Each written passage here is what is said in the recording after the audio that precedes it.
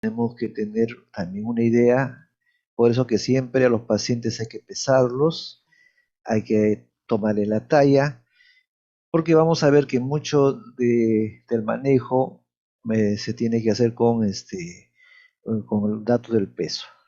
¿Alguno de ustedes que quiera libremente contestar cuál es la composición del agua? Estamos hablando del cuerpo humano, de un adulto, no del niño, porque nosotros en cirugía lo que atendemos son pacientes adultos. Doctor, ¿sería 60%? Excelente. A eso nos referíamos, qué porcentaje, ¿no? En nuestro cuerpo es agua, ¿no? Y como ven ustedes, 60% es en el varón, en el varón, en el varón adulto, en las mujeres un poco menos, 50%, debido a la mayor proporción de tejido muscular o de tejido adiposo. En tejido muscular es un tejido con bastante composición de agua, por eso que el varón tiene más porcentaje de agua. En cambio, en las mujeres la disposición mayor de tejido adiposo hace que la cantidad de agua sea menor. Y vean ustedes, pues, dependiendo de la constitución, puede ser delgado o obeso, va variando, ¿no? Al aumentar el peso con más tejido adiposo, el paciente va a disminuir su proporción, como ven ustedes, de agua.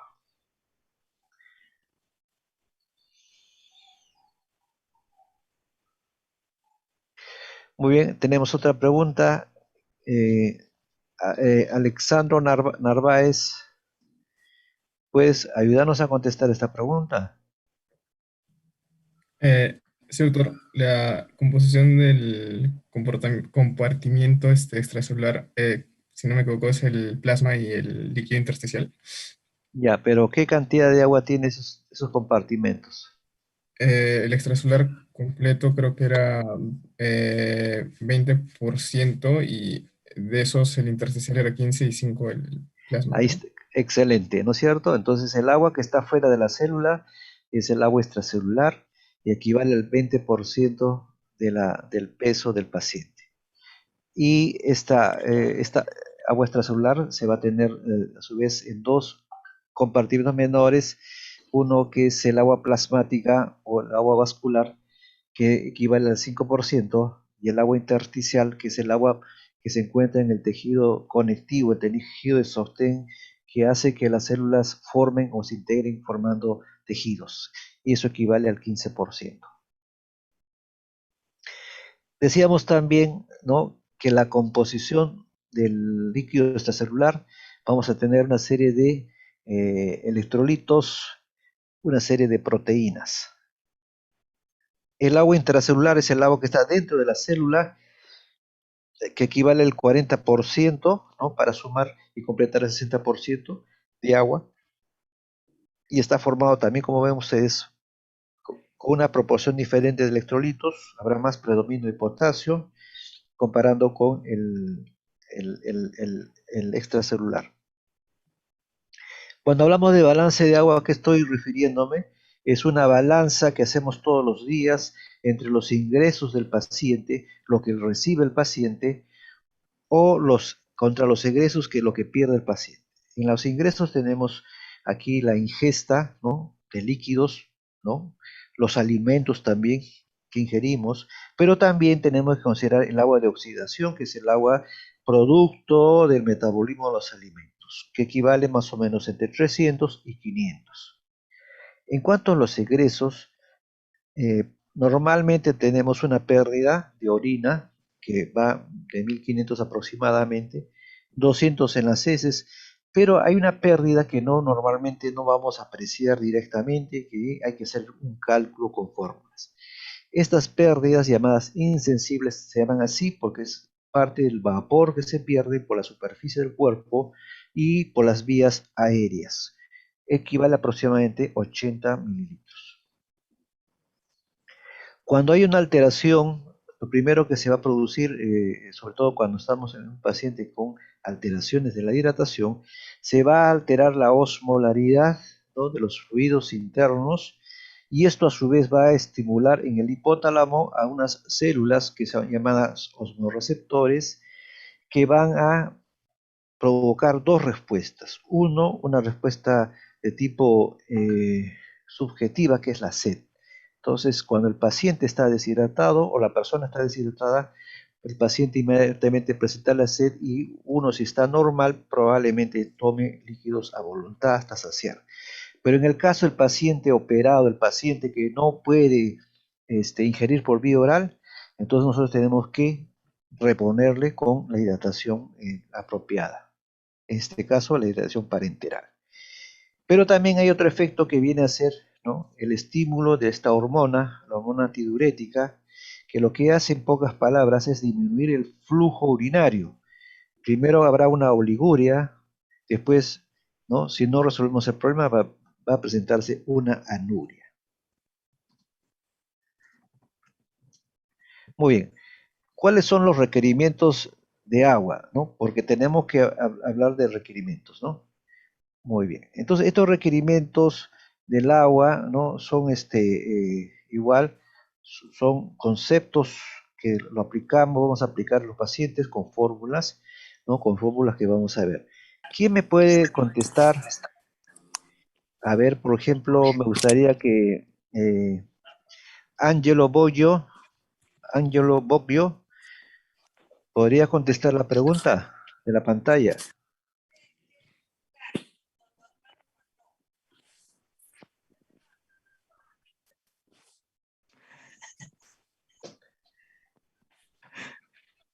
Carlos Dupont. Creo que depende de la edad del paciente y también del peso del paciente. Pero en un Ya, adulto, en promedio, me parece que son entre 2 y 3 litros. Sí, 2 a 3 litros. ya, bueno. Bueno, ese concepto no está mal, pero mejor tenerlo así, bien, es claro. Cuando tengo un paciente, ¿no?, tengo que tomar como mucho el peso. Y si es adulto, tengo que dar 30 a 40 mililitros por kilo de peso. Este es en el paciente, ¿no?, adulto. En los niños, como bien lo dijiste, va a cambiar, ¿no? Es 100 a 150 mililitros por kilo de peso. Pero nosotros ya hemos dicho, vamos a manejar acá, adultos, porque el curso es de cirugía de adultos, ¿no? Cuando lleven pediatría, usarán esta fórmula. Muy bien. En cuanto a los dos electrolitos que acompañan siempre al agua, es el sodio y el potasio. El sodio es de 2 a 4 miliequivalentes por kilo de peso, el potasio de 1 a 2 miliequivalentes por kilo de peso. Catherine Rodrigo, ¿podrías contestar la pregunta?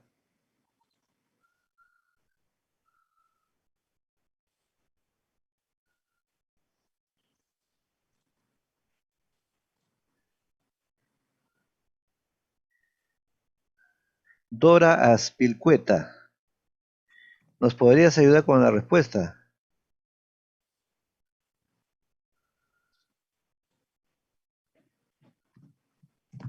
Doctor, ¿vendría a ser la pérdida de agua que se puede hacer así como las pérdidas insensibles por la sudoración y ese tipo de cosas?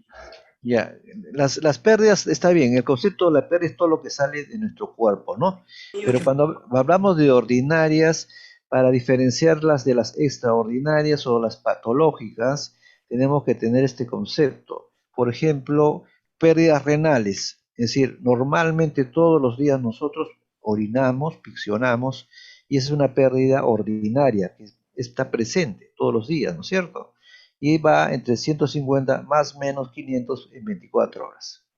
Otra pérdida normal, ordinaria, es las pérdidas digestivas, que van de 200 mililitros por cada deposición. Ahora, en cuanto a las pérdidas insensibles, la evaporación del vapor de agua que tenemos en nuestro cuerpo, no se puede medir directamente con un frasco o un medidor, ¿no? Para eso necesitamos una fórmula. Habitualmente la evaporación se puede medir, pero es una cosa muy compleja, muy tediosa, que no sería práctico utilizar todos los días en nuestros pacientes. Entonces, para eso se utiliza esta fórmula. Es 0.5 del peso del paciente en 24 horas. Yo lo que he conseguido es reducir la fórmula a decir peso por 12, ¿no? Si el paciente pesa 70 kilos, lo multiplico por 12, me da 840 de pérdidas insensibles diarias de forma ordinaria. Muy bien, pero ¿qué pasa cuando el paciente es un paciente crítico, es un paciente de emergencia, es un paciente que está en un grado de shock? Requerimos pues ver cómo está también la función renal. Y para eso lo más lógico es ver cómo está orinando el paciente. Pero como sabemos, de acuerdo a lo que hemos visto, tendríamos que esperar 24 horas para ver si urinó 1500 o un poco más. En realidad, pues no es práctico. Tenemos que hacer una evaluación y por hora es mejor. ¿Cuál es el débito urinario? ¿Qué dice Enrique Chávez? Perdón, Enríquez Chávez Claudia.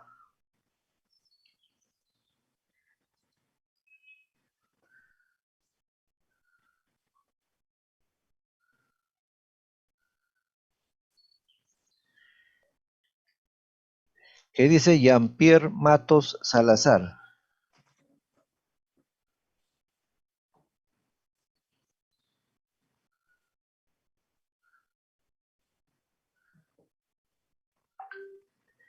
Giancarlos Velázquez Mata.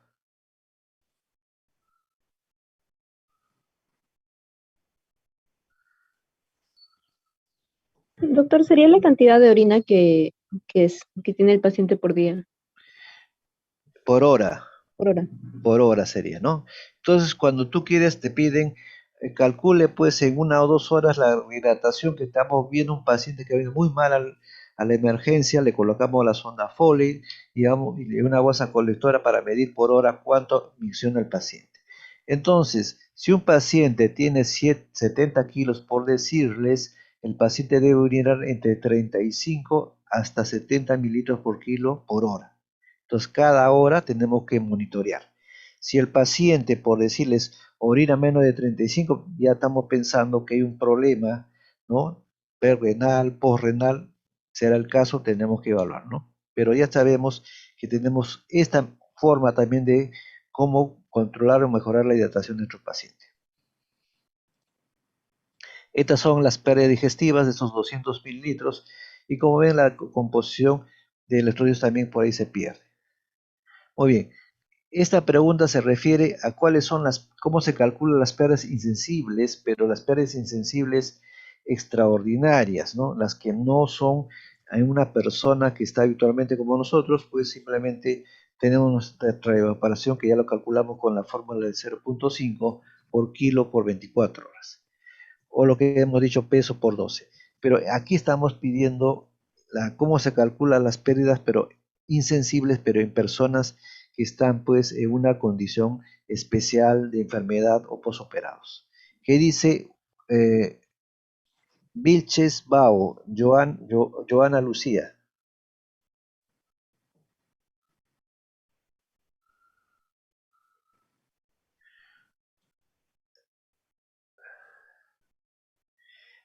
José Marlon Cutimbo,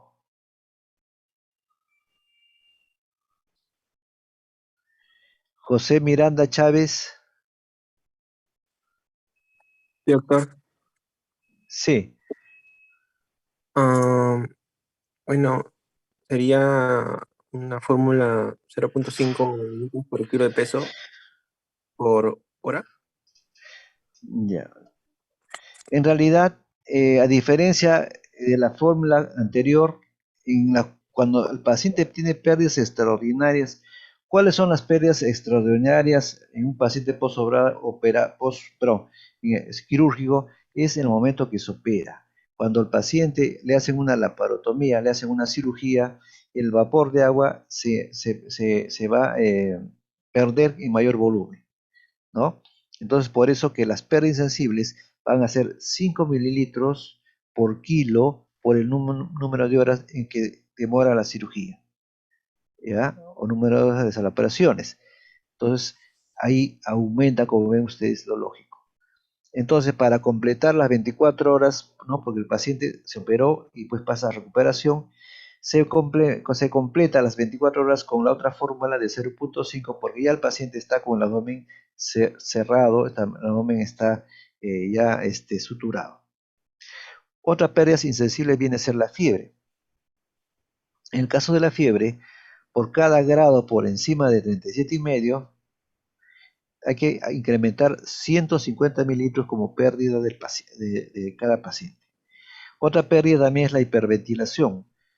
Por cada por cada 5 respiraciones por encima de 20, ¿no?, por minuto, hay que darle 100 mililitros de agua como reposición al paciente, ¿no?, que tenga esta condición.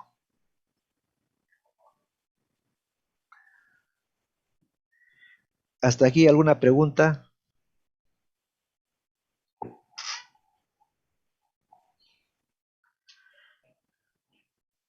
Muy bien. Si no hay preguntas, continuamos. Me gustaría que José Miranda nos conteste esa pregunta.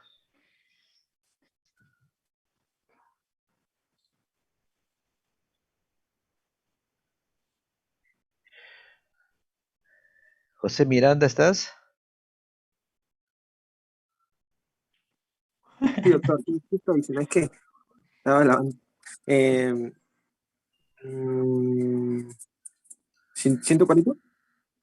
Ajá, perfecto. Muy bien. Entonces, cuando te preguntan cuánto de sodio hay en este caso la bilis, pero en general puede ser cualquier secreción del organismo, que puede ser la saliva, el jugo gástrico, puede ser el jugo intestinal, ¿no? Entonces, el paciente pierde el volumen de agua de ese fluido, de esa secreción, pero esa secreción va a perder también sodio, va a perder potasio, puede perder bicarbonato. Y eso va a depender de dónde estamos hablando. Por ejemplo, en el caso de la bilis, en esta tablita, 1500 es el promedio de secreción por día en un paciente normal. Y acá está la composición de sodio, de cloro, de potasio, de bicarbonato e hidrogeniones. Como saben ustedes, la única sustancia que tiene hidrogeniones, ¿no?, viene a ser el jugo gástrico. En el caso de la bilis, acá el paciente drena 1500 diarios en promedio, ¿ya? Pero recordar que estas cifras, estos de 140, 100, 10 y 35 que corresponden al sodio, al cloro, el potasio, el bicarbonato, se refieren a miliequivalentes por litro. Entonces, cuando le pregunta a uno en un litro de bilis cuánto de sodio hay, ustedes contestarán 140 miliequivalentes por litro. Que fuese diferente preguntarle cuánto de sodio pierde un paciente que presente pues una fuga de bilis de 1500. Obviamente, acá será unos 2100 miliequivalentes si es que drena o pierde 1500. ¿Esto para qué sirve? Cuando el paciente pierde, digamos, ¿no?, un paciente siente una fístula, pierde, digamos, por una zona nasogástrica, pierde estos fluidos, entonces para la reposición tenemos que saber cuánto ha perdido por esa vía y para calcular adecuadamente la proporción de sodio, potasio o bicarbonato si así lo requiere.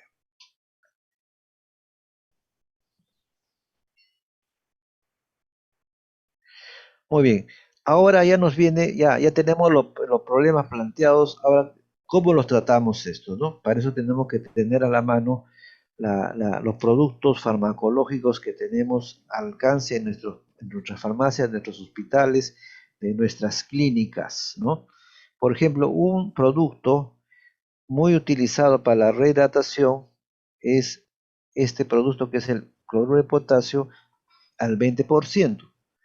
Me gustaría saber, a ver qué nos dice, que nos conteste la pregunta Anthony Valles Muñoz.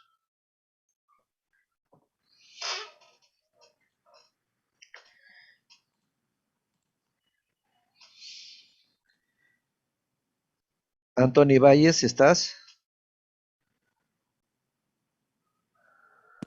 Sí, doctor. A ver, Muy bien, ¿cuál sería la respuesta?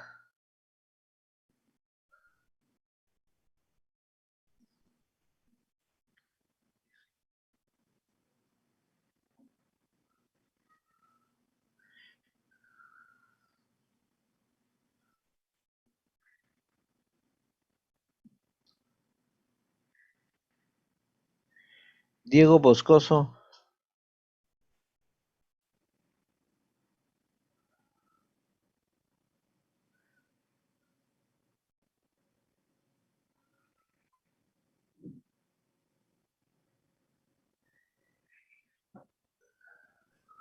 doctor, Sí. encontré que, por ejemplo, tiene un 2,68 mi, milimol de potasio por mililitro. Ujú. Y bueno, acá te estamos pidiendo, claro, 1000 equivalentes, ¿no? ¿Ya? Y este dato es importante porque ustedes cuando van a prescribir tienen que saber cada ampolla, cuál es su composición para responderlo al paciente de forma adecuada, ¿no? Y acá tenemos una tablita que se llama la tablita de soluciones, que probablemente ustedes lo han revisado en los cursos generales, ¿no? En esta columna tenemos los nombres de los productos. Aquí la segunda columna son los volúmenes que vienen frecuentemente en los productos. Recuerden que estamos hablando de adultos, ¿no? Generalmente usamos litros, ¿no? En el caso, esta otra columna, la composición de sodio, la composición de potasio, la composición de bicarbonato, y si algunos productos tengan carbohidratos, se convertirán pues en calorías, ¿no? El único producto que tiene, como ven ustedes, calorías es la dextrosa 5%, que es habitualmente un frasco, ¿no? De litro, que viene pues con una etiqueta de color roja, a veces un color anaranjado para diferenciarlo del otro producto que se usa con frecuencia, que viene a ser el famoso suero fisiológico, cuya etiqueta viene de color celeste, ¿no? O a veces azul. Entonces tenemos dos productos que se usan, que seguramente ustedes van a una clínica, a un hospital, van a encontrar estos productos. La dextrosa al 5% en agua destilada, ¿no? Viene de un litro, no tiene nada de sodio, nada de potasio, solo tiene calorías. Después tenemos otro producto que es la dextrosa al 5% en suero fisiológico.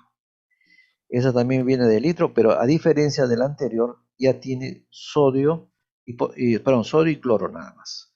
Y tiene la misma composición que este otro producto, que es el famoso suero fisiológico, que se llama cloruro de sodio al 0,9%, ¿no? Que viene de un litro. Este suero fisiológico, entre comillas le digo, en realidad no tiene la misma composición, se acerca algo a la osmolaridad sérica, pero no es completamente igual, ¿no? Pero es lo que tenemos a la mano. ¿Cuánto tiene de sodio? 154. ¿Cuánto de cloro? 154. Y como ven ustedes, sale más de 300 miliosmoles. ¿Qué diferencia? Como ahora veremos más después, cuál es la modalidad normal del cuerpo humano. En cuanto a la reposición, ¿no? Ya más específica de sodio, ¿no? Usamos dos productos que se encuentran a nuestro alcance. El hipersodio, que es marca registrada, este hipersodio es también cloruro de sodio al 20%, pero es una marca comercial. Eso lo utilizaremos seguramente en la clínica, en la práctica privada. En cambio, el cloruro de sodio al 20%, los que trabajamos en el sector del Ministerio de Salud, utilizamos, ¿no? Los genéricos. ¿Ya? Entonces este genérico, ¿ya? Es el que usamos frecuentemente en los hospitales, porque la ley nos obliga a usar genéricos. ¿Cuál es la diferencia entre el hipersodio y el cloruro de sodio al 20%? Primero, el volumen. El hipersodio tiene un volumen de 21,5 y en cambio el genérico es más pequeña, solo tiene 20 centímetros. Por lo tanto, en cuanto a la composición del sodio va a variar. 73 miliequivalentes para el hipersodio y cada ampolla de genérico de cloruro de sodio al 20% tiene 68 miliequivalentes. Sí, una cosa rapidita, esta cloruro de sodio al 11.7% es un producto para los de uso pediátrico, ¿no? Nosotros no lo usamos, simplemente les presento. En cuanto al potasio, tenemos dos tipos de ampollas también, la marca comercial Calium y el genérico cloruro de potasio al 20%. Los dos son la misma composición, ¿no? Tienen del mismo volumen, 10 centímetros, y por lo tanto su cantidad de potasio es la misma, 27 miliequivalentes. El otro producto, que el cloruro de potasio al 14.9%, es de uso pediátrico. Nosotros no usamos este producto, salvo, como vamos a ver, se puede utilizar ya en la prescripción, por ejemplo, de los manejos de la alteración de potasio, y eso lo veremos más después, ¿no? Después lo veremos. Después tenemos el bicarbonato de sodio, el 8.4%, que viene en ampollas de 20 centímetros, y su composición tiene 20 de sodio, 20 millones de sodio y 20 de bicarbonato. Muy bien, otro concepto importante es el goteo. Recordar que 1 centímetro de agua equivale a 20 gotas y 20 gotas equivalen a 60 microgotas. ¿Cuál es la fórmula para el goteo? Volumen, que se usa el volumen, pero se usa en mililitros, ¿no? Se divide sobre el tiempo por una constante 3. Habitualmente nosotros usamos la evolución por 24 horas. Entonces, la fórmula se reduciría a volumen en centímetros cúbicos sobre 72. Esto me va a dar el número de gotas. Así como una forma práctica, si ustedes quieren pasar a un paciente 1 litro, ¿no?, de dextrosa o de cloruro de sodio al 9 por mil y quieren pasarlo en 24 horas, ustedes pasan 15 gotas por minuto. Les va a dar aproximadamente, ¿no?, para un goteo para 24 horas. Pero si queremos pasar 2 litros, la regla práctica, ustedes aplican el doble, es decir, 30 gotas por minuto, va a pasar 2 litros en 24 horas. Queremos pasar 3 litros. Ahí un poquito, podemos poner 45 gotas por minuto. Lo que le da que ustedes 3 litros pueden pasar así en 24 horas a un goteo de 45 gotas por minuto.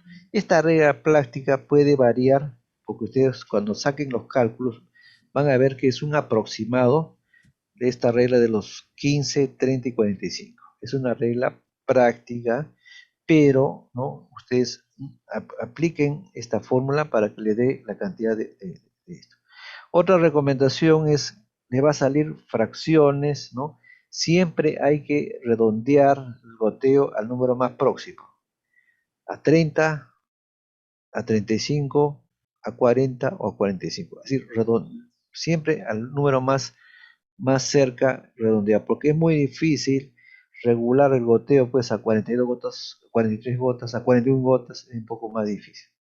Muy bien, entonces no se olviden, los solutos son estos elementos, ¿no?, que son estos electrolitos que se van a encontrar tanto en el intra como el extracelular y que pueden, ¿no?, como saben ustedes, modificar este concepto que es la osmolaridad sérica. ¿Cómo calculamos la osmolaridad sérica?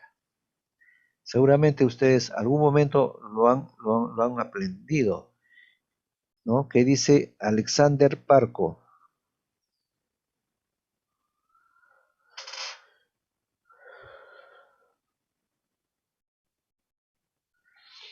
Entonces los solutos, cuando se encuentran entre dos espacios separados por una membrana semipermeable, van a condicionar una fuerza de arrastre muy especial y esa fuerza de arrastre se llama la osmolaridad. Creo que su compañero Parco se ha retirado. ¿Qué? Muy bien. Alexander Torres Basurto. Sí, doctor. Ya, ¿qué? ¿Puedes contestar la pregunta? No lo veo muy bien. Ya. ¿Cómo se calcula la osmolaridad sérica? Eh, ¿Te recuerdas cómo lo puedes calcular? es, Seguramente algún el- momento te han dicho. es con el sodio y con la glucosa, ¿a eso se refiere?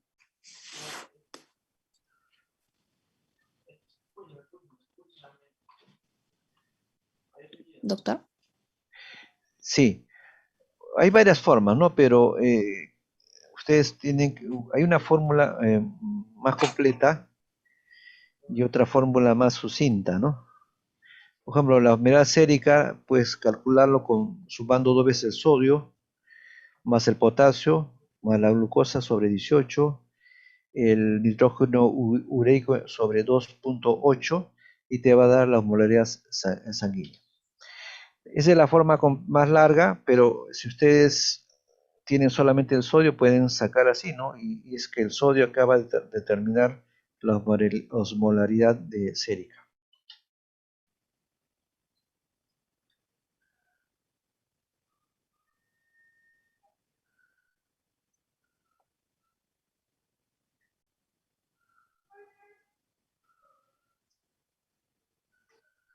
¿No? Y este concepto nos permite diferenciar los fluidos que podemos dar a nuestro paciente y pueden ser, digamos, como ven ustedes, hay sustancias isotónicas que tienen una tonicidad parecida este, a nuestro, a nuestro organismo, ¿no? A nuestros fluidos.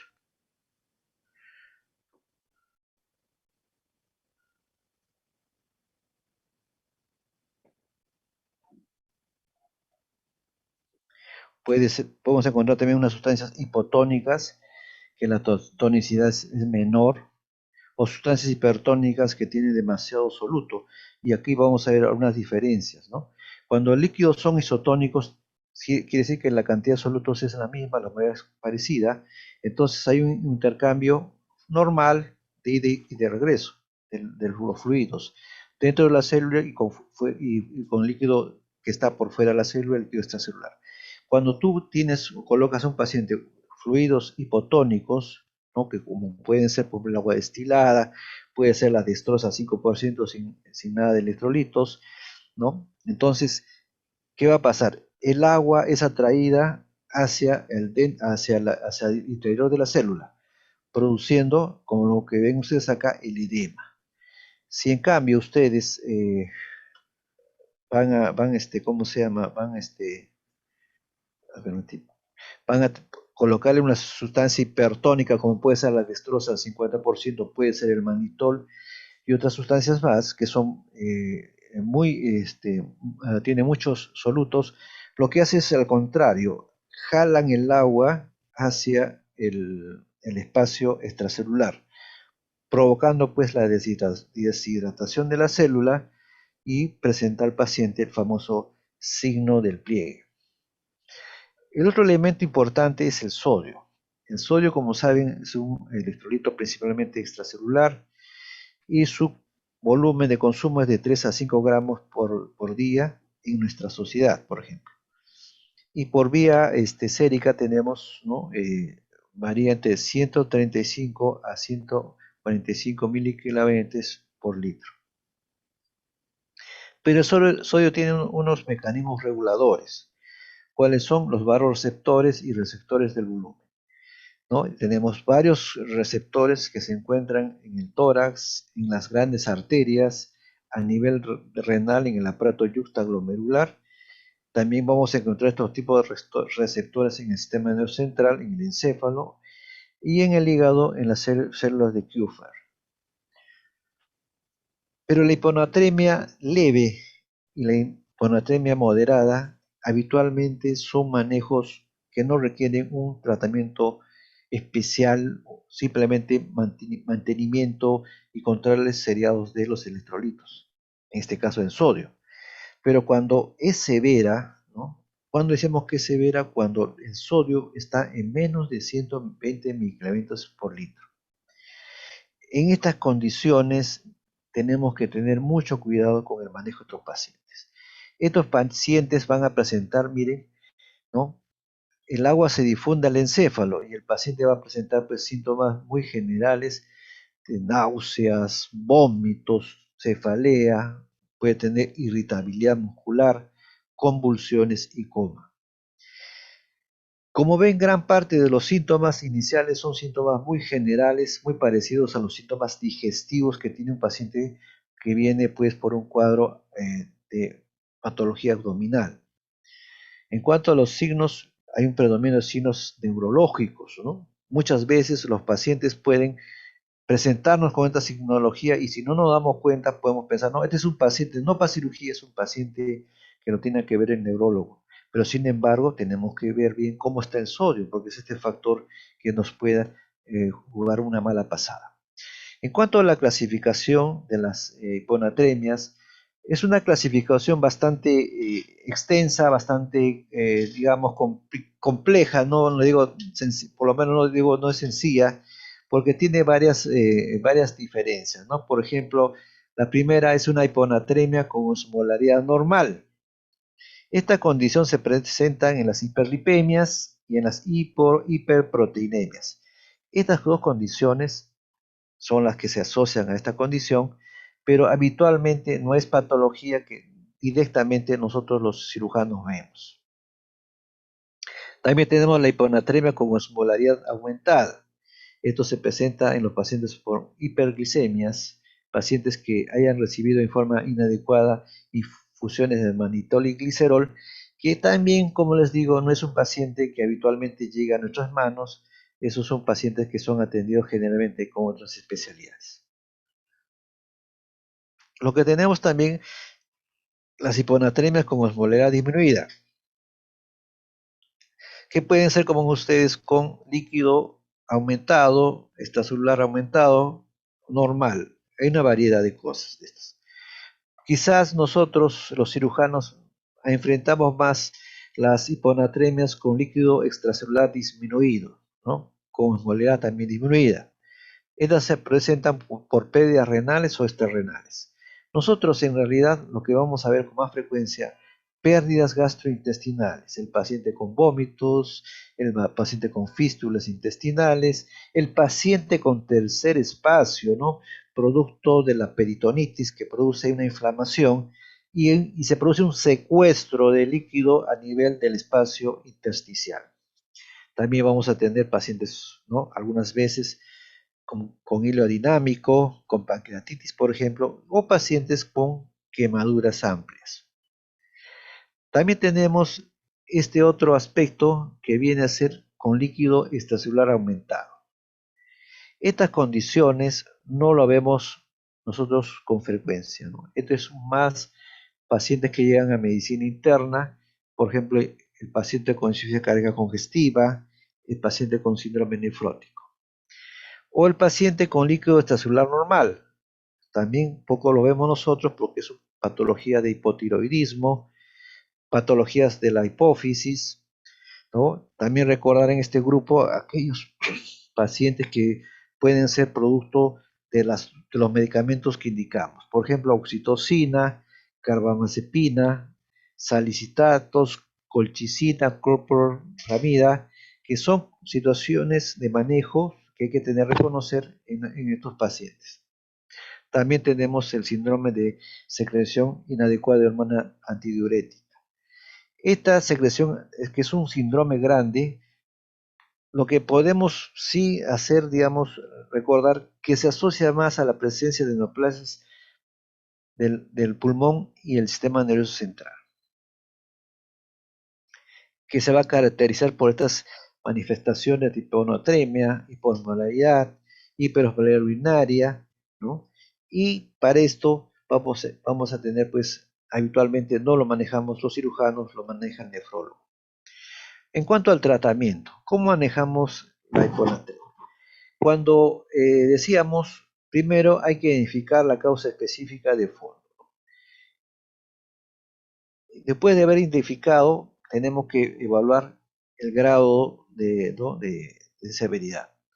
Si es leve, ustedes dan un manejo cuidadoso, no muy agresivo, un manejo de mantenimiento y le piden los controles de electrolitos seriados. El problema no es el leve ni el moderado, el problema es la hiponatremia grave. En la hiponatremia grave tenemos que utilizar, ¿no? una de estas fórmulas. La fórmula del déficit de sodio, que es 0.6 por el peso, multiplicada por 120 menos el sodio medido, el sodio que le da la información la máquina de laboratorio. Aquí le va a salir una cifra y ustedes van a tener que reponer ese sodio. ¿Con qué se repone? Habitualmente con cloruro de sodio al 3% y furosemida como diurético. Vamos a ver también como concepto, no se debe reponer en forma rápida ni el total del 100% que hemos calculado. Se van a dividir en porcentajes, en tercios, porque vamos a ver después qué problema pasa si lo repongo de todo de inmediato. Hay otra condición que es cuando el líquido extracelular es normal o está aumentado. Y para eso usamos esta fórmula de exceso de agua. Este es un poco para que entiendan, si yo tengo una cantidad normal de sodio, ¿qué pasa si yo aumento la piscina? Echo más agua a la piscina, entonces el sodio se va a diluir. Es que no es que falte sodio, sino es que abunde el agua. Con esta fórmula lo que hacemos es identificar cuánto de agua de por demás hay para reducir, ¿no? la cantidad de agua que vamos a reponer diariamente. Muy bien, ¿qué es lo que pasa cuando yo repongo en forma rápida, en forma brusca, una hiponatremia? Cuando pasa esto tenemos que tener cuidado porque se presenta esta mielonolisis pontina. ¿Qué cosa es la mielonolisis pontina? Es una degeneración principalmente de la protuberancia. Se ha descrito otras partes del tronco cerebral, sí, y otras partes del encéfalo, pero principalmente es en el puente de Baróleo o protuberancia. Y aquí están viendo algunas condiciones que pueden asociarse, ¿no? Por ejemplo, el paciente con hipercatabolismo, el paciente malnutrido, el paciente alcohólico, el paciente quemado, las mujeres ancianas. Muy bien. Terminando la hiponatremia, vamos a hablar de la hipernatremia, que es otra condición de la alteración del sodio, pero no se ve con frecuencia. Más vemos hiponatremia que hipernatremias. Cuando digo que hay hipernatremia, cuando el sodio está más de 160 miligramos por litro, y se va a presentar en algunas condiciones como estas, por ejemplo, en el diabético, en el que usa traqueostomías, el que usa hiperventilación, o el que está presente con fiebre. O cuando nosotros, ¿no? indebidamente reponemos con fluidos hipotónicos condiciones que requieren pues reponer adecuadamente los electrolitos, como son los pacientes con gastroenterocolitis, los pacientes con diuresis osmótica. O también puede ser que le estemos dando demasiado sodio en vez de darle la cantidad apropiada, entonces le acumulamos más sodio y el paciente entra en hipernatremia. ¿Cuáles son los síntomas de estos pacientes? Los síntomas de los pacientes con hipernatremia son generalmente neurológicos, porque hay una contracción del líquido intracelular.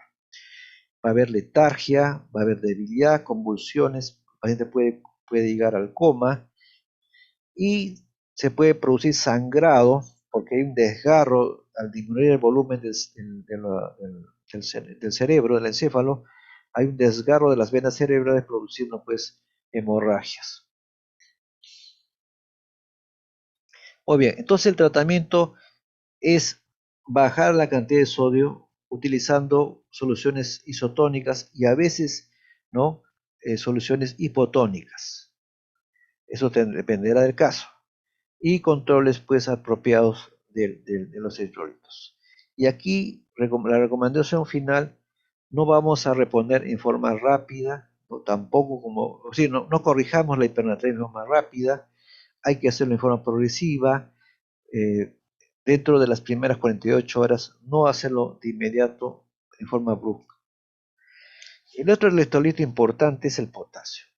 El potasio, como hemos visto, el 98% es intracelular y el valor sérico es de 3.5 a 5.3 micronutrientes por litro y el valor sérico, como ven ustedes, solamente es el 2%. Es importante el potasio para la función cardíaca y neuromuscular. Cuando decimos que hay hipocalemia, cuando el valor de potasio es menos de 3.5 micronutrientes por litro. Y hay tres tipos de grados, ¿no? El grado leve, moderado, severo, ¿no? Vean ustedes, estos son los valores a nivel sérico.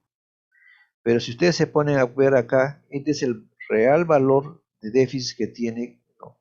Que el paciente llega. Si el paciente llega a 300 miligramos de déficit, se refleja en un nivel de 3 a 3.5.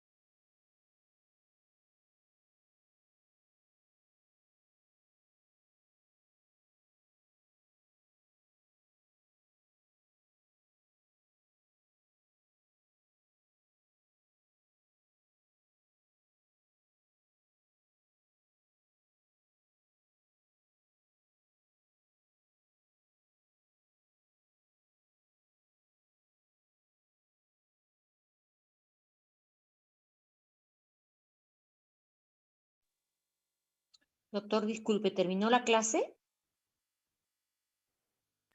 Disculpen, ha habido un problema de comunicación. ¿Sí me escuchan? Ah, ya. Continúa entonces, doctor. Oh, sí, yo Ah, ya. continúo. Perfecto, perfecto. Lo que piden chepa son los alumnos. ¿Perdón? Lo que piden chepa son los alumnos que se Ah, cansan. bueno. Bueno, seguimos, disculpen la desconexión. Bueno, entonces decíamos que, por ejemplo, si yo tengo una hipocalemia que me da menos de 2.5 milicuentes de potasio, significa, miren, que hay una pérdida mayor de déficit del pool de potasio de más de 500. Como ven ustedes, en realidad, si yo quiero tener una mejor idea del nivel de potasio, tendría que hacer una biopsia del tejido, de las células, para ver cuántas células, pero cuánto de potasio tiene cada célula. Por eso que, en pocas palabras, un dosaje sérico da una idea aproximada de lo que puede estar pasando realmente en el potasio del cuerpo humano. En cuanto a los síntomas, recuerden que tenemos otros pacientes abdominales de tipo digestivo y vean ustedes que se presenta, digamos, síntomas también digestivos que nos podrían confundir con patología digestiva, ¿no? Está el paciente estreñido, va a presentar hilo adinámico, pero aparte va a presentar parecias, ¿no? Parecias. Y la intoxicación si el paciente usa digitálicos. Muy bien. Pero la hipopotasemia también podemos hacerle un seguimiento electrocardiográfico. Vean ustedes, ¿no? En el caso de la primer trazado, es un trazado normal. Ustedes en B ya cuando se altera, digamos, vean ustedes, baja a 3 miligramos de potasio. Y miren cómo ella se altera, se va formando estas ondas, ¿no? Igual en C, cuando baja a 2, miren ya cómo va modificándose, va ampliándose los segmentos. Y en la forma D, que ya es una hipoplasia muy severa, miren cómo se altera electrocardiográficamente, y eso nos puede dar una idea, ¿no? de seguimiento. Entonces, todo paciente con hipopotasemia severa, mejor hay que monitorearlos con electrocardiografía. En cuanto al tratamiento, las formas leves y moderadas, salvo algunos casos de moderadas, el tratamiento no requiere un tratamiento rápido. En la forma leve, es importante que ustedes hagan un buen balance y repongan lo necesario, pues, para que el paciente no avance más su hipopotasemia. Saber la causa de su hipopotasemia para corregirla. Por ejemplo, el paciente puede tener una fístula y si ustedes no reponen o no se trata la fístula adecuadamente para que el paciente no siga perdiendo los electrolitos, obviamente esto es un círculo vicioso. Entonces, pero a veces hay que reponer en forma rápida, ¿no? Porque el paciente lo requiere, ¿no? Por ejemplo, si el paciente está usando la vía oral, podemos usar gluconato de potasio, ¿no? Por vía oral para reponer, es decir, sales de potasio para reponer si el paciente usa o puede utilizar la vía digestiva. En el caso de que el paciente no puede utilizar la vía digestiva y el paciente requiere pues una reposición rápida del potasio porque está en grado muy severo de hipopotasemia, se usa el monitoreo cardíaco, es decir, se le pone una unidad con monitoreo electrocardiográfico y se puede utilizar, ¿no?, el suero fisiológico 90 centímetros y cloruro de potasio al 14.9%, 10 centímetros, una ampolla, lo mezclan ustedes y le pasan pues a goteo muy lento y vean ustedes cómo está el monitoreo ¿no? Electrocardiográfico. La otra condición viene a ser la hiperpotasemia, ¿no? Aquí decimos que la hipopotasemia es mayor de 5.5 miliquilentes y las causas pueden ser variadas. Puede haber problemas de insuficiencia renal aguda, insuficiencia renal crónica. Puede haber acidosis que vemos nosotros con una frecuencia. También otra causa es la enfermedad de Addison. O también algunos medicamentos como son la succinilcolina que utiliza el anestesiólogo para relajar al paciente, el manitol, que también se usa como diurético, se usa también como usamos nosotros a veces para preparar el tubo digestivo para hacer una limpieza, ¿no?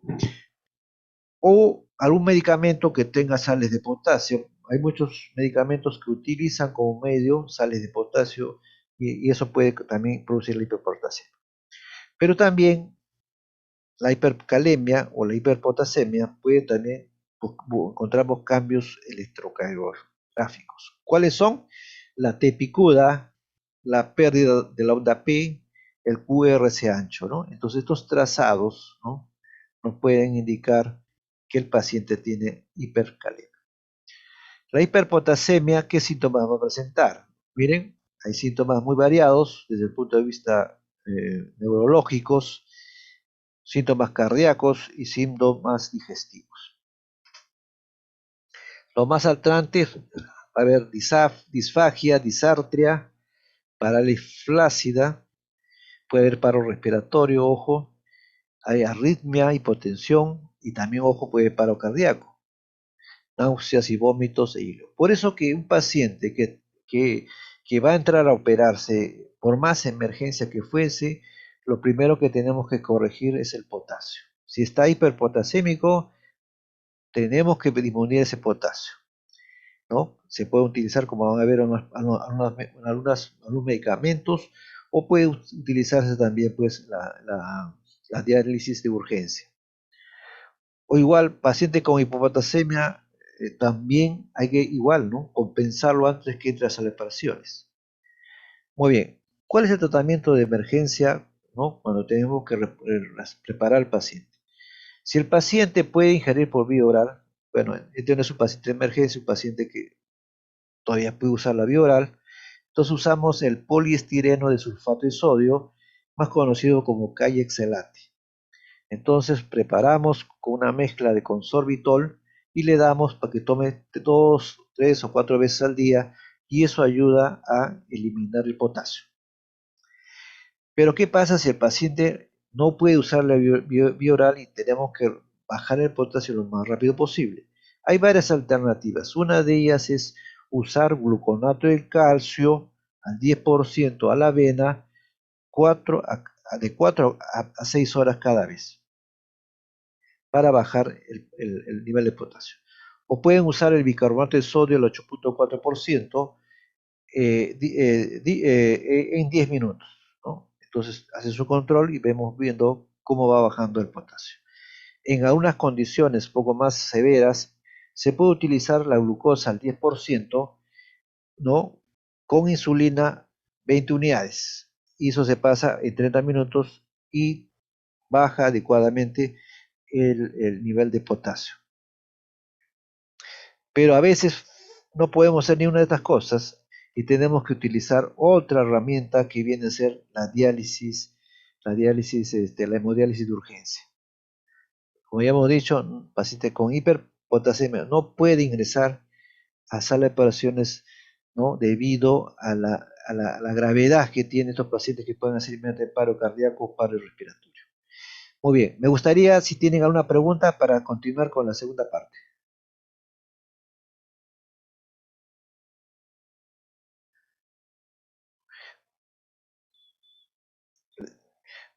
Vayan pensando sus preguntas, yo voy este, voy a preparar la siguiente parte.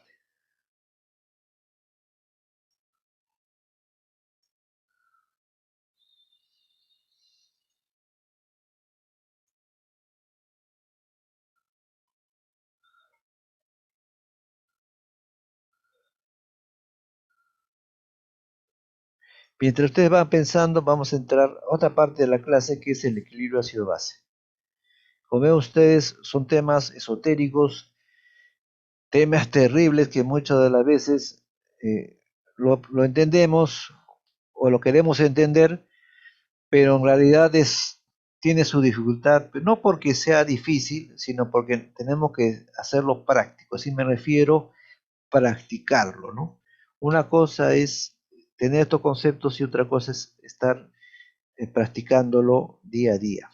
Muy bien. Igual, el equilibrio ácido-base,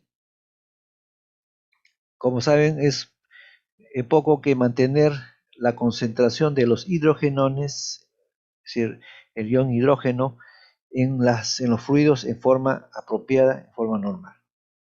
¿Qué cosa es el ion hidrogenión? Es un protón, es decir, le falta un electrón, ¿no? Y esto va a determinar, ¿no es cierto?, la acidez, ¿no?, o la alcalinidad de la sustancia.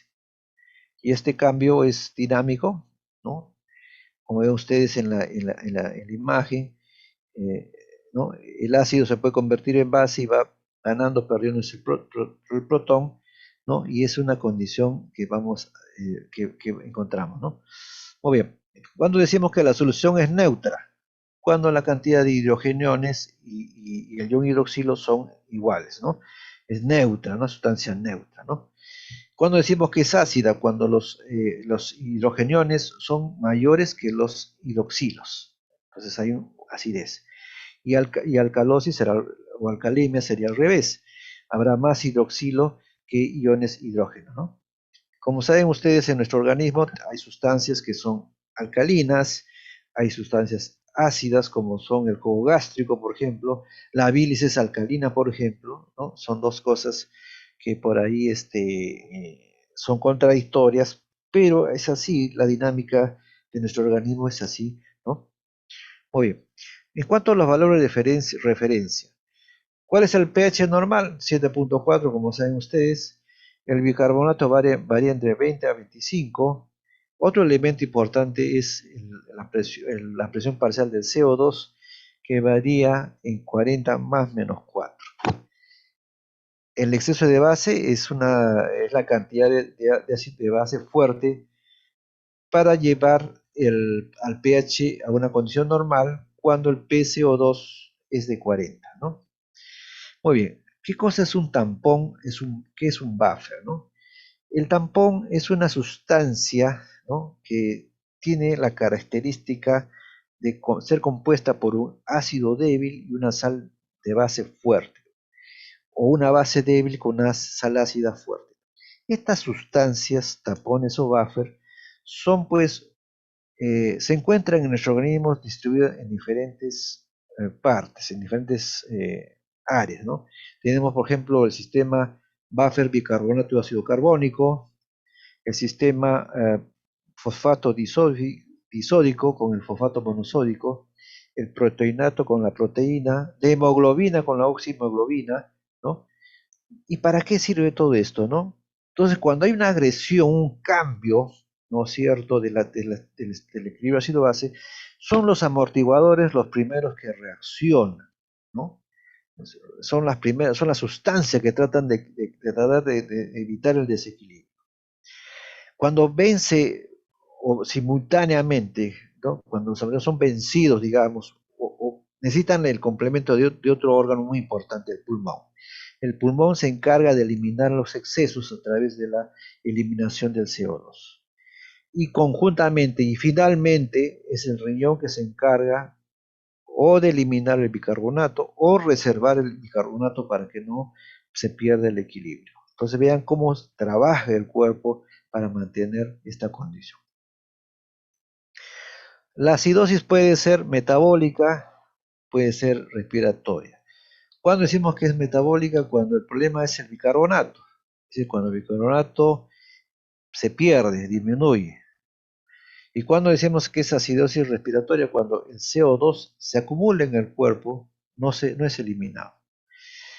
Pero la acidosis metabólica es importante recordar que puede producir trastornos de la conciencia cuando el pH llega a 7.1.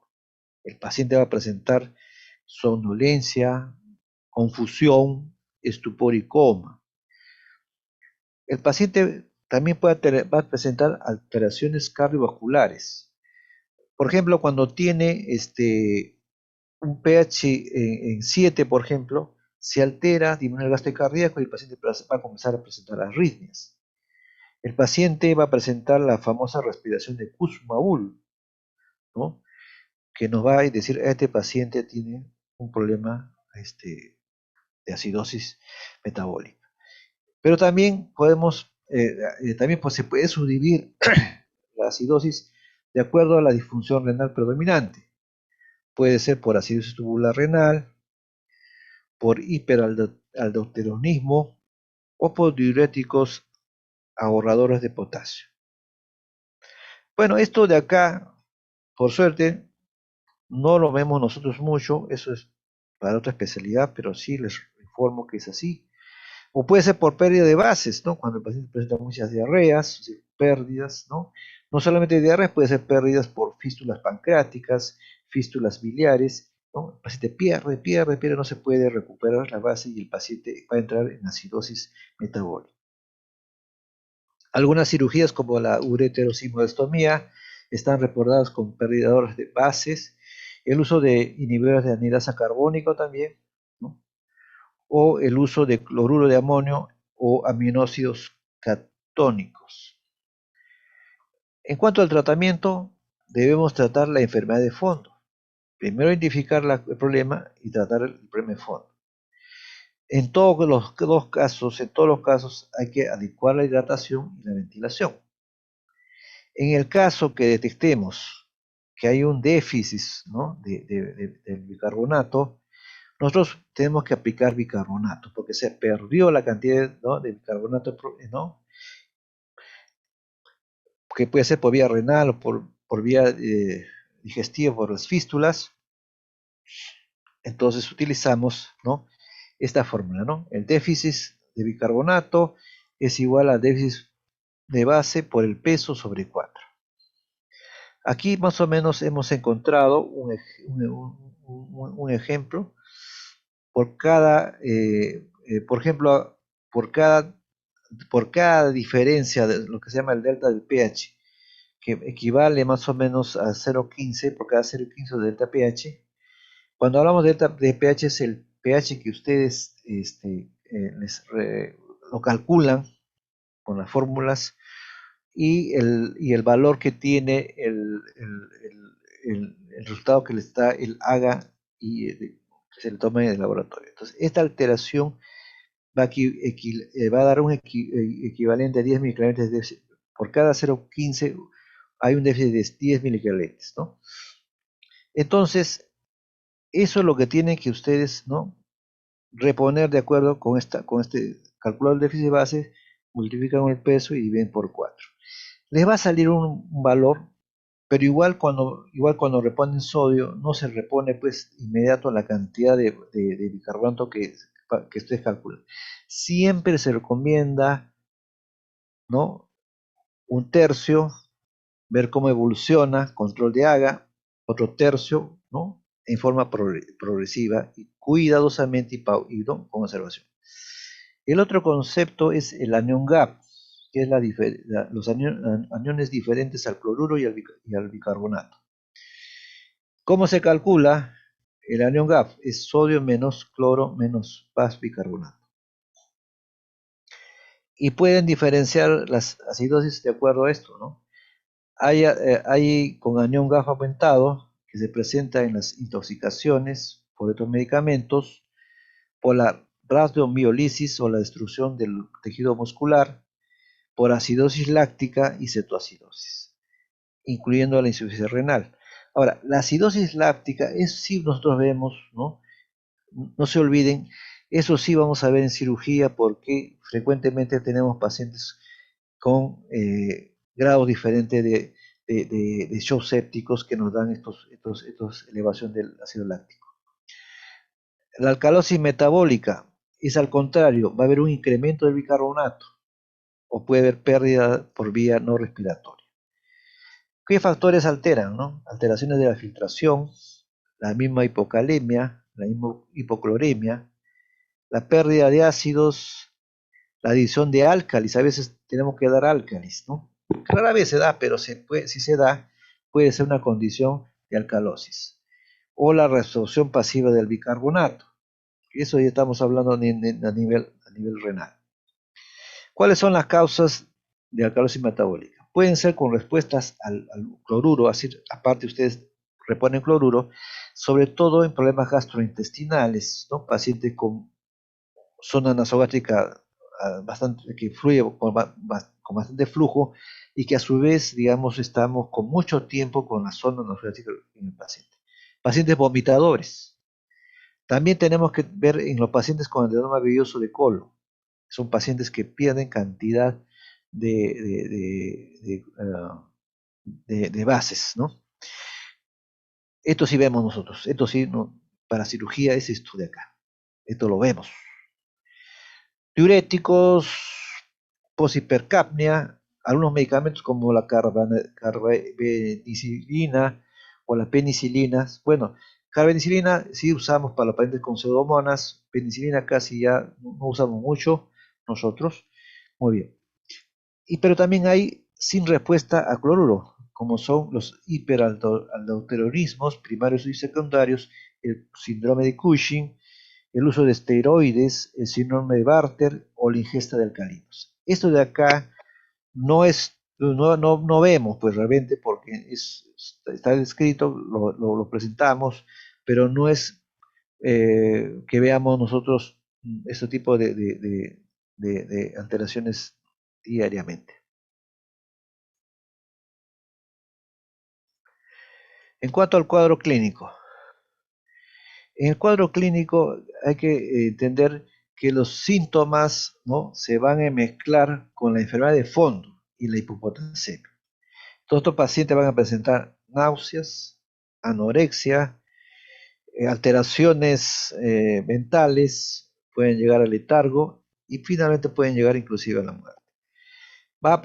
Pueden presentar tetania por hipocalcemia, otro dato importante. Van a presentar parálisis, ilio, distensión abdominal, taquicardia y arritmias. Si nosotros no sospechamos en un paciente, recuerden que el paciente quirúrgico es un paciente que va a presentar ilio, va a presentar vómitos, va a presentar náuseas, se va a distender. Pero si nosotros no nos sospechamos, pero si estoy manejando bien este problema, ¿por qué el paciente persiste? Porque no nos hemos dado cuenta que el paciente tiene una alteración del equilibrio ácido-base. Ojo, hay que tener en cuenta porque si no el paciente va a entrar a taquicardia, va a entrar a arritmia y se nos muere. Y vamos a pensar que la causa es otra, la causa de muerte. ¿Cuál es el tratamiento para esta alcalosis? Hay que usar, primero corregir la causa de fondo. Y otra recomendación, no es necesario corregir en forma rápida. Con cuidado, con tomar los tiempos, los cuidados necesarios. Hay que corregir sobre todo el volumen.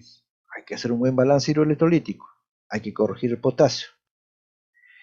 En los casos extremos, sobre todo en pacientes que están edematosos, usamos la acetosolamina, ¿no?, que es un diurético que se usa para estos casos. Si tenemos una alcalemia severa, que son los casos que nos rompemos la cabeza, entonces tenemos que usar algunas sustancias como son estos el cloruro de amonio, el ácido clorhídrico o si no hacerle diálisis al paciente. Habitualmente les quiero decir, frecuentemente no se utilizan estos productos, pero están reportados que han tenido alguna utilidad. La acidosis respiratoria. ¿Cuáles son las causas de la acidosis respiratoria? Uno, la obstrucción de las vías aéreas. El paciente viene con, digamos, con una obstrucción de las vías aéreas y el paciente comienza a hacer acidosis respiratoria. ¿Por qué? Porque está acumulando el CO2. Otra causa importante es la depresión del centro respiratorio. Paciente que es operado sale bajo anestesia general. El paciente está medio deprimido, no ventila bien y si no te das cuenta el paciente comienza a hacer acidosis respiratoria y después vienen las consecuencias que vienen del paro respiratorio, el paro cardíaco, etcétera, etcétera. Otro dato importante también, otra causa importante es la ventilación mecánica, sobre todo la ventilación mecánica que no estemos regulando adecuadamente, que no estamos indicando apropiadamente. También tenemos los defectos restrictivos, me refiero que el paciente no puede ampliar su tórax porque hay medicamentos, por ejemplo, que limitan esto, por el fentanilo que produce el tórax leñoso, por ejemplo. Defectos neuromusculares, bueno, ya asociados a diferentes problemas, y finalmente la falla circulatoria pueden condicionar estos cuadros. En el cuadro clínico de la acidosis respiratoria, el paciente va a presentar disnea, dolor de pecho, tórax, va a haber fatiga, confusión, obnubilación y coma. El paciente va a presentar temblores, asterixis y coordinación motora, ¿no? El reflejo osteotendinoso va a estar alterado. Entonces, tenemos que tener en cuenta, como ven ustedes, el mensaje final sería, pues, es que tenemos que examinar al paciente íntegramente. No porque hagamos cirugía de abdomen, cirugía digestiva, yo me olvido de ver cómo están las pupilas, cómo está el Glasgow del paciente, no me olvido de hacer los reflejos osteotendinosos, ¿no? Tengo que averiguar cómo todo esto, porque el paciente en realidad no es un abdomen, es un paciente de un sistema integrado por varios aparatos y sistemas. En cuanto al tratamiento, recomendación, si el paciente está asfixiándose, si el paciente está deprimido, traten el problema de fondo, ¿no? No se preocupen, le vamos a dar vamos a darle bicarbonato, no se desesperen, resuelvan primero el problema de fondo, darle una adecuada ventilación y darle una ventilación asistida si es necesario, ¿no? Si el paciente está deprimido, volverlo a intubar, Swambú, y si no, vuelve a máquina. Eso es lo que tenemos que hacer. Muy bien, tenemos otra patología que son las alcalosis respiratorias, ¿no? ¿Cuáles son las causas? Generalmente son enfermedades pulmonares del paciente, ¿no? Pacientes con tumores a nivel del sistema neurocentral, o el trauma, o lo que se llama neurotrauma, ¿no? Entonces son pacientes que van a hacer este problema. Pacientes que usan algunas drogas, ¿no? Es decir, usamos algunas drogas y que pueden condicionar alcalosis respiratoria, como son los salicilatos, por suerte no usamos con muy frecuencia, los paraldehídos, no lo usamos fácilmente, ¿no?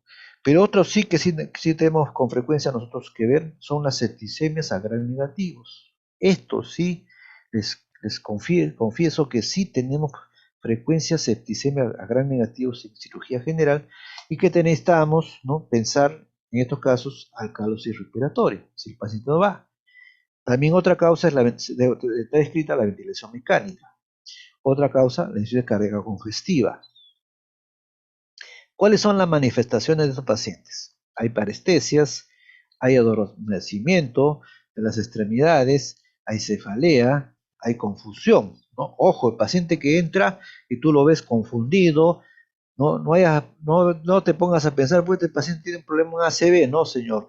Descarte primero, porque si el paciente viene para cirugía, porque tiene una patología evidentemente quirúrgica, probablemente esté haciendo una alteración de su equilibrio ácido-base. Pídale pues su AGA, pídale los electrolitos. Y el paciente entra en convulsiones, ¿no? Muy bien. ¿Cuál es el tratamiento? Reiteramos, igual que todo, buscar la causa de fondo. Hay que sedar al paciente y si no mejora, y el paciente ves que su saturación está alterándose, ¿no? El paciente sigue el trastorno va incrementándose, bueno, tendrá que entrar a ventilación mecánica. Y acá tenemos un resumen, ¿no? Un cuadrito de resumen de lo que hemos hablado, ¿no? Por ejemplo, la acidosis respiratoria, ¿no? El pH está bajo, el exceso de base puede estar normal o bajo, el PCO2 está alto, definitivamente, el bicarbonato puede estar normal o alto. Después tenemos las alcalosis respiratorias, ¿no? El pH está alto, el exceso de base es normal o bajo, el PCO2 está bajo, ¿no? Y el bicarbonato está normal o está bajo. Pero, ojo, ustedes se van a dar cuenta después, seguramente ya lo saben, que los principales trastornos, como ven ustedes, no son pues típicos. Ojalá que fuesen así como toda la cosa fácil y perfecta. No es uno más uno, como que se dice, ¿no? Sino que también puede haber estas formas, las formas mixtas, que se combinan acidosis metabólica con alcalosis respiratoria, ¿no? Es decir, lo que se llama la acidosis o las enfermedades mixtas, ¿no? No solamente hay acidosis mixtas, sino también hay acidosis o trastornos mixtos que se combinan acidosis con alcalosis, ¿no? Muy bien, muy bien. Y acá tenemos ya un resumen, ¿no? ¿Qué es la acidosis metabólica? La disminución de bicarbonato. ¿Qué hace el cuerpo? Como respuesta, hace que se pierda CO2. En la acidosis respiratoria, ¿qué pasa? El paciente retiene el CO2. ¿Y qué tiene que hacer el riñón? Retener bicarbonato para mantener el equilibrio. En las alcalosis metabólicas hay un exceso de bicarbonato, ¿no? Entonces, ¿qué cosa tiene que hacer el cuerpo? Retener el CO2 para que se mantenga el equilibrio. En la alcalosis respiratoria, el CO2 está bajo, pues, porque está eliminando. Entonces, ¿qué hace el riñón? Bota, hace perder el bicarbonato para mantener el equilibrio. Entonces, acá tenemos unas fórmulas muy interesantes que permiten diferenciar, ¿no?, el caso agudo y el caso crónico. Cuando un paciente, digamos, tiene el trastorno entre las 24 o 48 horas, diríamos que el proceso es agudo. ¿Cómo calculamos el pH? Si yo tengo, por ejemplo, el valor del CO2, ¿no? Digo que vamos a imaginar pues que tenga un valor, aumente en 10 el valor basal, el valor normal, entonces eso debe provocar una disminución del pH en el paciente de 0.08. Si disminuye en 10 el CO2, aumenta el pH a 0.08. Entonces ustedes van calculando. Pero si ustedes calculan y vean que no corresponde a esto, o es el doble o triple o menos, ustedes dicen, no, acá hay algo más. No solamente es un problema típico de un solo problema, sino debe haber una combinación de otra alteración del ácido base. Cuando ya el paciente es crónico, tiene más de 72 horas el proceso, ya cambia la condición. Si aumenta el CO2 en 10 mililitros de mercurio, el pH baja en 0.03. Y si disminuye en 10, aumenta en 0.03. ¿Cómo calculamos el bicarbonato compensatorio? En la forma aguda y en la forma crónica. En la forma aguda, si aumenta en 10 milímetros de mercurio, el bicarbonato va a aumentar entre 1 y 2 milicarbonatos por litro. En el caso contrario, si baja en 10, el bicarbonato baja en 2 a 3 milicarbonatos por litro. En la forma crónica, igual, sube 10, el bicarbonato aumenta de 3 a 4 milicarbonatos por litro. Entonces, primero hay que identificar cuánto tiempo tiene la enfermedad. Segundo, esto es la máquina, el laboratorio le va a dar el CO2 y ustedes calculan con este valor el bicarbonato. Y lo comparan con el bicarbonato que le da la máquina, porque también el laboratorio le va a dar la máquina, y ustedes pueden decir si corresponde a un proceso estrictamente compensatorio o es que además hay un proceso de alcalosis adicional. Esta es una fórmula para calcular el PCO compensatorio. Si se trata de una acidosis metabólica, ustedes el valor de bicarbonato que le da la máquina, lo multiplica por 1.5, le suman más 8 y le va a dar más o menos dos rangos. Si ese PCO2 está en ese rango, significa, y lo comparan con el de laboratorio, y ven, si está por ahí, entonces pueden decir que más o menos o está compensando, o es que hay otra alteración más del PCO2 diferente a lo que estamos viendo. Igual en la alcalosis metabólica, ¿no? Usamos esta fórmula, 15 para la forma aguda y 9 para la forma crónica, y vemos si estos resultados son compensatorios o que además hay una alteración asociada, una asociación mixta. Muy bien. ¿Alguna pregunta? Buenas tardes, doctor. Sí, Una consulta. sí, Milena. En cuanto a la hipopotasemia, cuando es una hipopotasemia grave, ¿se tiene que revisar la composición de magnesio o en qué caso sería eso? Muy buena pregunta. Muy buena pregunta. Como ven ustedes, un poco sí es cierto, el magnesio hay que acompañarlo, ¿no? Sí es cierto, yo por premura de tiempo, yo he preparado sobre todo, ustedes ven en esta presentación, sodio y potasio. Sí es cierto, al magnesio hay que estudiarlo como otros electrolitos más, porque se asocian, pues no se asocian para fin del caso. Sí debemos solicitar el magnesio para evaluar. Como ven ustedes, hay trastornos que requieren, digamos, de otras sustancias que no son, por lo menos, las principales protagonistas del problema. Si ustedes no corrigen la otra que está anexada a la principal, con seguridad no se mejora el paciente. Es importante, como mensaje, revisar el magnesio. Muy buena pregunta, Milenka. ¿Alguna otra pregunta? Si no tuviesen preguntas, yo el día, me toca clases el día viernes, que vamos a hablar un poco de patología de pared. Si tuviesen alguna inquietud, alguna pregunta, por favor, me la hacen saber el día viernes, ¿no? Para completar la idea, ¿no? Como ven ustedes, esto queda, digamos, un poco en la parte teórica, pero en realidad ustedes tienen que en sus clases prácticas, tienen que practicar esto. Esto no se aprende así en forma expositiva, sino haciendo, ¿no?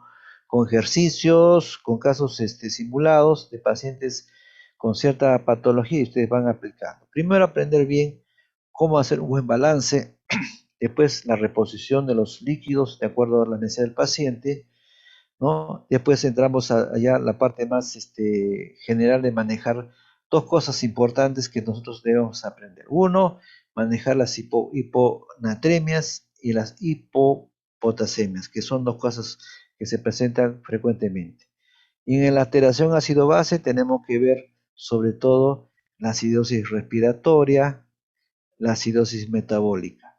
Las alcalosis se presentan, pero no tan frecuente como estas dos primeras, que hay que saber cómo resolverlas, sobre todo identificarlas, porque a veces, como ya les dije, eso nos pasa, porque como se mezclan síntomas de la propia enfermedad que llega al paciente, una peritonitis, una pancreatitis, y hace que nos confundamos y nos aboguemos al problema abdominal, pero sin olvidarnos siempre de que hay patologías generales y alteraciones generales que son a nivel de electrolitos, a nivel de volumen de agua, a nivel de los hidrogeniones y los hidroxilos.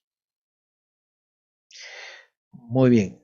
Si no hay más preguntas, y si hay preguntas, las resolveremos la siguiente clase que nos toca pared abdominal. Muchas gracias. Gracias, doctor. A ustedes, muchas gracias a ustedes. Gracias, doctor.